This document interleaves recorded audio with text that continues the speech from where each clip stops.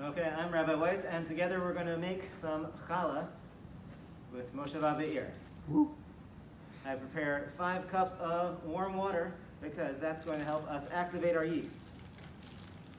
We're putting in 1, 2, 3. That's 4 tablespoons of yeast. And I'm going to mix it together just a little bit to start activating it. And then I'm going to add in my sugar. That's 1 1/4 cups of sugar. 1 cup. And 1/4 cup.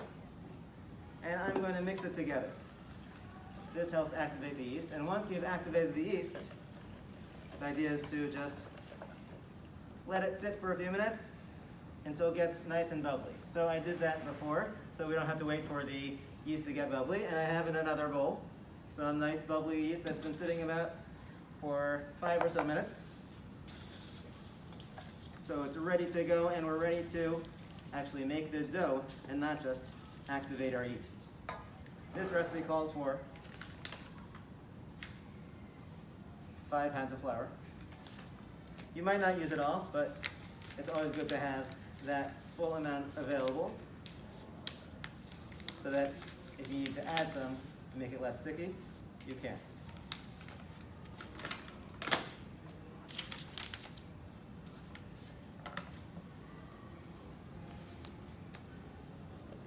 Before I get to our flour, I'm going to add in my salt and my oil. So this calls for 1 1/2 tablespoons of salt. This is a pretty big recipe. It makes 4 really good sized challahs. So it's 1 tablespoon of salt and 1/2 tablespoon. And then 1 1/4 cups of oil. So I'm pouring in my 1 cup of oil.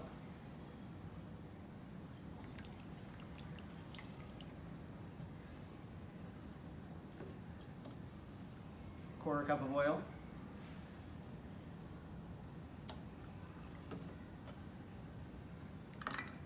And something that gives it a nice flavor is a tablespoon of vanilla too.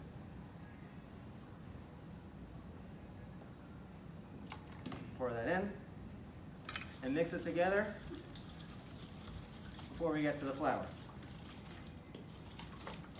Doesn't really need to mix together so much, just to start combining all those ingredients. And I have my big bag of flour. So I'm going to start pouring it in. I'm going to put in about 1/3 of it to 1/2. And I'm going to start mixing it together until it combines. At first it's going to be more of a liquid, very loose. And then once I've combined them together, gradually bit by bit, I'm going to be adding in more and more flour.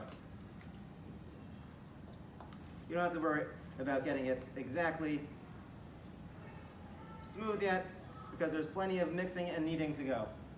Add in some more flour, another 1/3 of it.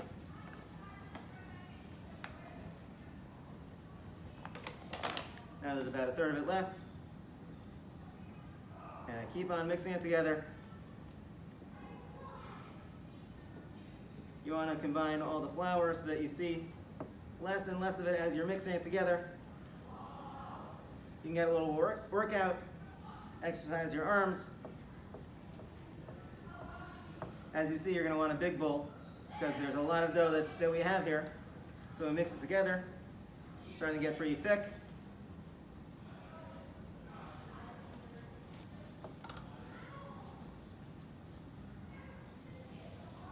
If you have a mixer at home, you can use that, or you can do it by hand. It's not completely combined, but I'm ready to add in some more flour.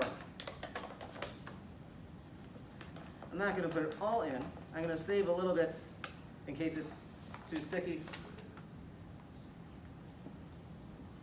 And I'm going to mix it a little bit more, and then I'm going to take my spoon out and I'm going to knead it. and start kneading it with my hands.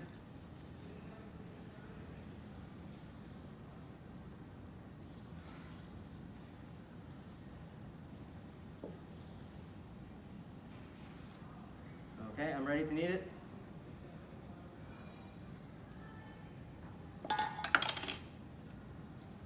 Still a little bit soft and loose. That's okay because there's lots of flour around that I can combine still. Keep on working it and pushing down on the dough so you can combine all the flour inside into the dough and incorporate it all. I like to pick it up and squish it. Some people like to fold it. Some people like to punch it. As long as you are moving the dough around and working on incorporating all that flour, then you'll be successful in getting it into a nice ball of dough. So bit by bit, the extra flour on the side is getting incorporated. I can tell it's a little bit sticky still. So in another minute, after I've kneaded it a tiny bit more, I'm going to add some more flour.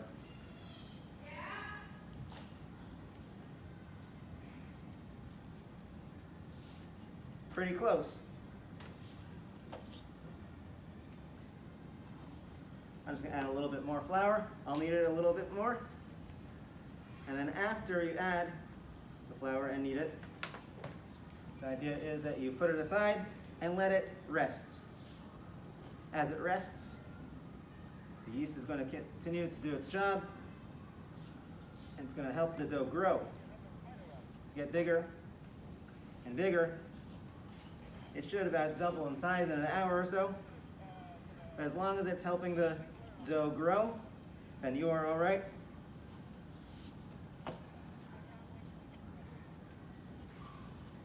And it should be ready to shape. So I'm going to finish off. I'll do, I think, 10 more real folds here. So that's 1, 2, and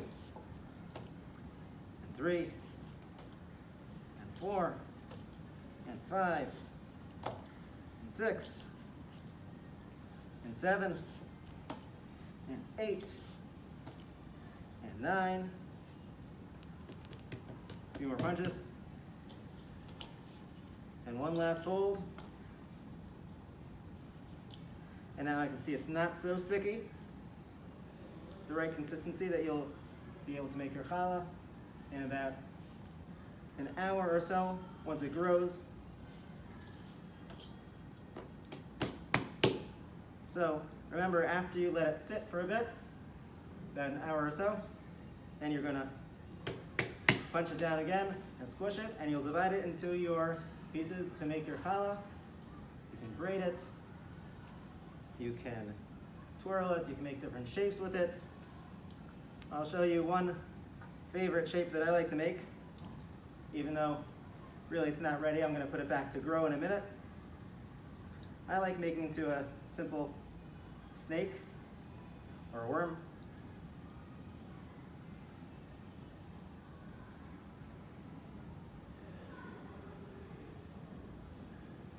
Equal size like this. I give it a little twirl, and then I tuck in the tail.